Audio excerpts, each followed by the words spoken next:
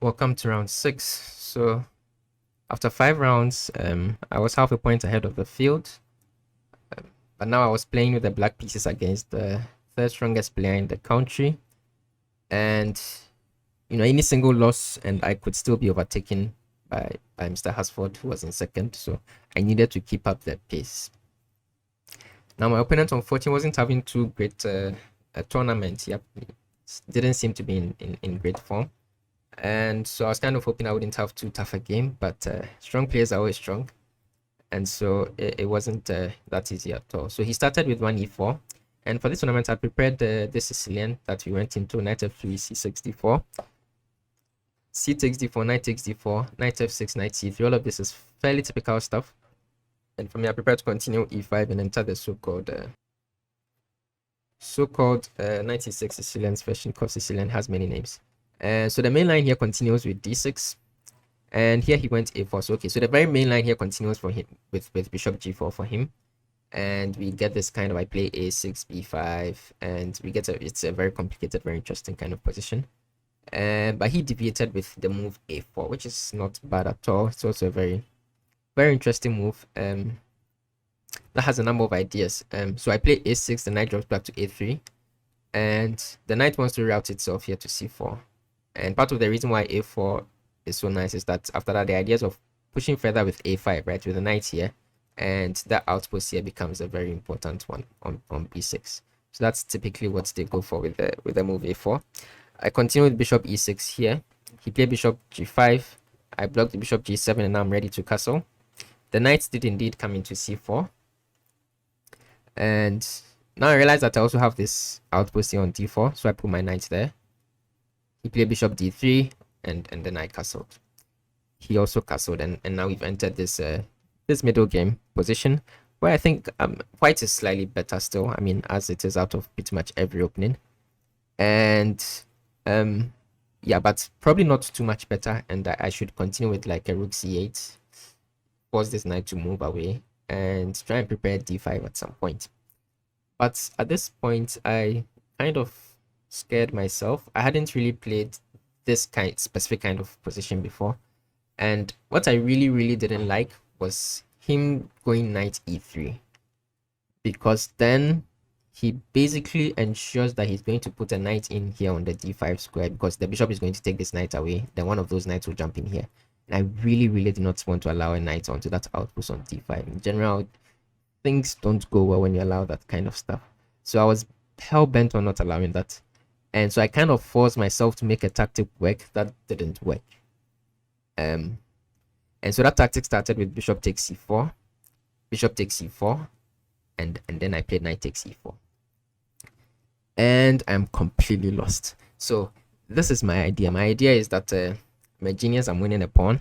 And the point is that if you take this pawn back with the knight back with your knights, then I win your bishop, and I've won a pawn in that exchange. So that's the simple bit. But of course, bishop takes e7 is the natural move. And now if I just take back with the queen, because you are hitting my queen, then you take back and I drop a piece, right? So I can't allow that. So my point was that after bishop takes e7, I'm going to do something very clever. I'm going to take your knight on c3 first and also hit your queen, so that if you take my queen, I take your queen.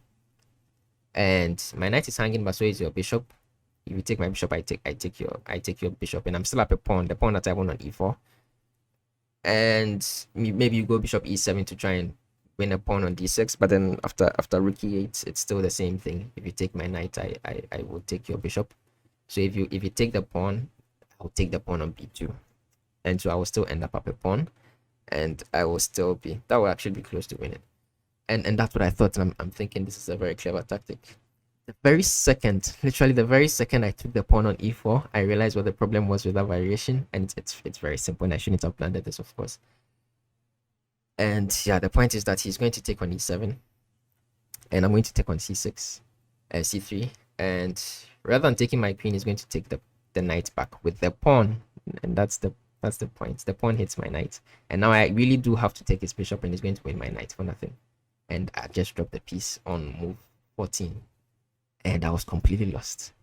And I was just staring at the position, planning the barrage of insults that I was going to rain down on myself after he took the knight. Um, yeah, I don't know. My whole life flashed in front of my eyes in that moment, and my opponent thought for less than a minute, and he took back the knight on e4, and he allowed my tactic to work, and I just went like, oof. I mean, I knew he wasn't in good form, but yeah, because he kind of believed me, right? It's a thing that happens. Sometimes someone plays a tactic and you immediately believe that they know what they're doing, so they probably didn't do something that stupid. And so you don't really seriously entertain the possibility that it was just a blunder. He really wasn't also in good form, must be said, in this particular tournament. I was so relieved. So I took the bishop back and I've won the pawn. So he wins the pawn back with c3.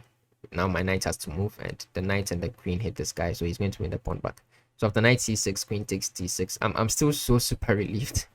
And so I play bishop e7. My bishop is still kind of hanging. And so I hit his queen. I basically coerce him into going for a queen trade. Rook takes, and we get into this endgame where we both have a knight and a bishop.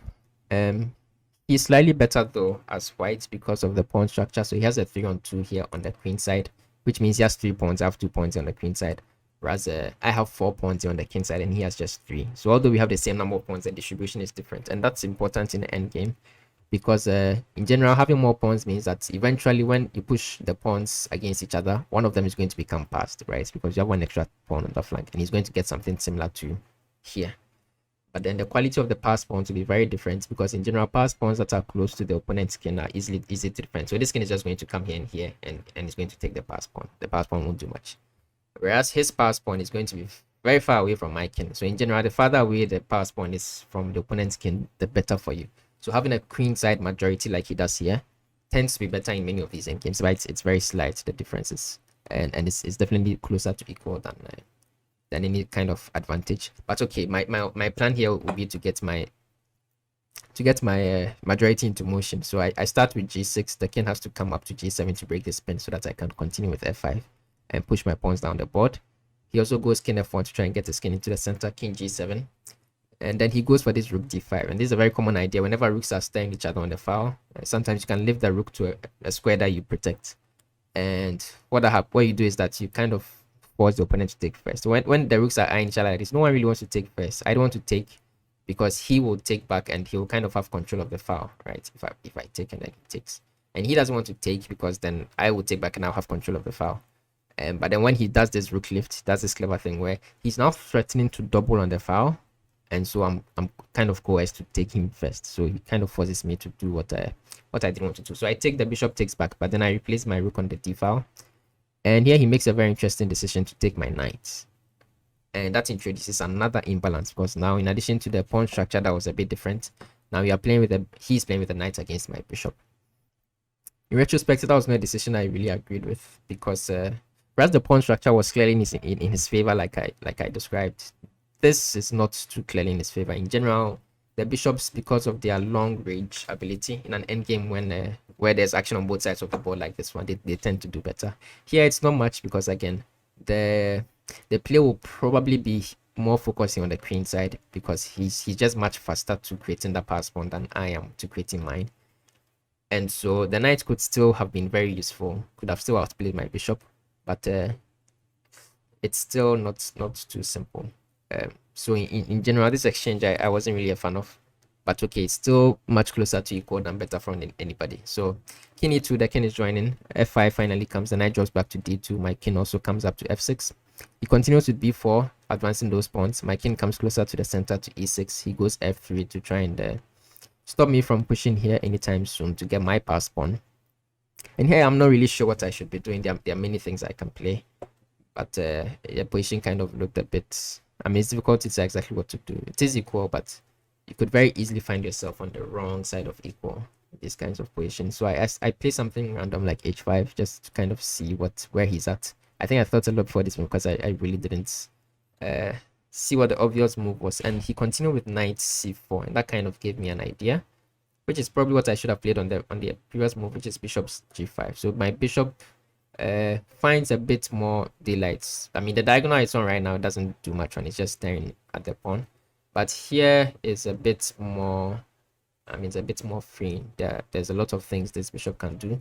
If the knight should ever move, there's this idea of my rook lifting to the 7th rank, for example. The bishop can come here in some lines to try and take pawns. So in general, this diagonal is just much better for the bishop. So here he goes rook d1 to try and exchange rooks. And now if I just exchange rooks, the position becomes a lot more drawish. And in as much as I was relieved with the earlier blunder, I wanted to kind of keep the position going for a bit, especially now that I have the bishop against his knight. So I wanted to kind of keep a bit more intrigue in the position. So I played this move rook d5 just to try and see if I can tempt him rather into taking. And my point was that I would take back with the pawn, and it's so equal. But now my passed pawns become a bit. I create a pass pawn a bit faster, and I introduce a bit more imbalance because now I make it easier for him to create a pass pawn as well. But my king is also much closer to this queen side. So yeah, I would have made it a bit more. It's a bit more of a risky try, but it also kind of increases the winning chances, and that's what I wanted to do. But he was having none of it. He played knight b6, hitting my rook, basically forcing me to trade the rooks and keep the position quite drawish. And so here I played bishop e3, creating my bishop on this longer diagonal, basically. My idea was to rather go here, egg him into playing this move, than try and smash things open here with something like this, or try and create a pass pawn. Something vague, you know, get my king closer to this side of the board, try and keep his pawns under control. But I still understood I was probably just drawn. Now, in this position, the knight is hit. He has two moves. I mean, he has two options, right? He can move the knight or protect it with the move a5. So me move the knight, get tempo on the bishop. I go here, this, and then we continue with some sort of game, right? Probably I go here. I guess maybe this is what he didn't want, because now it does look a bit awkward for the knight. Maybe he should go here. But I looked at this position, I think, and I had assessed it to be quite fine. I remember in the game I was looking at all sorts of lines with bishop here, then this, and crazy as it looks, I think he was doing just fine. And the other option is just to go a5, to just hold the knight down. Now you can take a few moments here, pause the video to try and assess that decision of playing a5 in particular, see whether it works or not. And of course, the main point is because of the possibility of me taking and transforming this into a pawn endgame. Do you think that would be a good decision for him to play a5 or not? You might need a few moments to calculate it out, or maybe you're extremely strong and you can see it almost immediately. But a5 is actually losing on the spot. And sorry, I should have said, I think I did say pause the video, so I'm not good. Yeah, you can't play a5 here, and this is the thing about pawn end games. You know, you should always be very careful before you allow one to show up on the board. Your assessment has to be exactly correct, or else if you miss something small, you just enter a dead loss position, and it's very difficult to create any sort of play once you enter the pawn end game. And after bishop takes, pawn takes, the position is completely lost. And the reason is that well, the first problem is my king is threatening to come and win this pawn, right? And what he probably saw was that he's going to play c4, c5, and he's going to hold that pawn down. And then the position looks very fine for him. Then it looks winning for him. But what he missed is that I'm not going to allow him to do that. And whenever it is that he plays c4, I am going to play c5 myself. And he's not going to get to support this pawn. And the second point behind my move c5 is that this pawn can never take. Because if this pawn could take, then he would just win a pawn, and that would also be very good for him. But the second this pawn moves, he releases a pass pawn on the a file. The pass pawn on the a file is extremely deadly in this position because I already have a potential pass pawn on the e file. And the last thing you want is two passed pawns separated by 3 files, matching up your board, because your king just becomes paralyzed. And basically they win in this position. It's called the rule of the floating square. And once you can create this kind of a square where the diagonals, your pawns occupy the base of, I mean, it's some rule, but once the square hits the top of the board, the pawns will queen, right? So he cannot allow me to get this pass pawn, so he can never take on c5 with the b pawn. but that will be forced the second I play c5. So I start with king d7. The first threat is, hey, I'm just going to come and take this pawn. So he goes king c2, and now I go c5, and it's just completely lost. If he does nothing, I'm going to take. He's going to take back, and I'm going to walk in here and win this pawn, and it's going to be dead lost. So he takes, and this is the second problem. So I play king c6, and now I have a pass pawn on the a file and on the e file that are separated by 3 files. And so the second I play the move a5, the pawns are going to connect, and the king alone is not going to be enough to stop these 2 pawns. So he played king b3. I played e4 to create that second pass pawn. F takes, F takes. His king tried to chase this guy, but then a5, the second pawn is released. And now you see the point, because the second you go after one of the pawns, the other pawn will queen, and this is the problem. So he just completely lost king d4, a4, and he had to watch me create a queen and mop up all the pawns and win the game surely. And so he resigned. Yeah, what can I say about this game? Of course, I'm happy with everyone, so I was happy with it, but God, that blunder in the opening, knight takes e4, is just so bad that it was kind of difficult to get any sort of good feeling out of this game, and I really should have lost on the spot after I made this blunder. But also on the flip side, once he gave me chances, and he really made just that one blunder in the whole game, I was astute enough to see that a5 move was a blunder, and I punished him, I guess, without making any mistakes. So I wasn't too sad with the game. A second reason is that Mr. Hasford, I think, lost his game during this round, which meant I had a much bigger lead now. I think something like 1.5 points. I'll show the table soon. And so I only really needed a few more points to secure tournament victory. So now it wasn't any I wasn't as hot as before. I didn't need to make sure I took every point. So yeah, that's relieved a lot of the pressure on me. And yeah, there was there are 3 more games left for the tournament, and 1 more game to play on this day. This was, I think, the 4th day of play. Yeah, so my next game will be against Prince Apa, and that will be the final game that I will show in this series. The other 2 games I'll explain after the next game. But yeah, thank you very much. Thank you very much for tuning in. I hope you enjoyed it. Subscribe if you haven't. Leave a comment, drop a like. Happy chessing, and I'll see you later.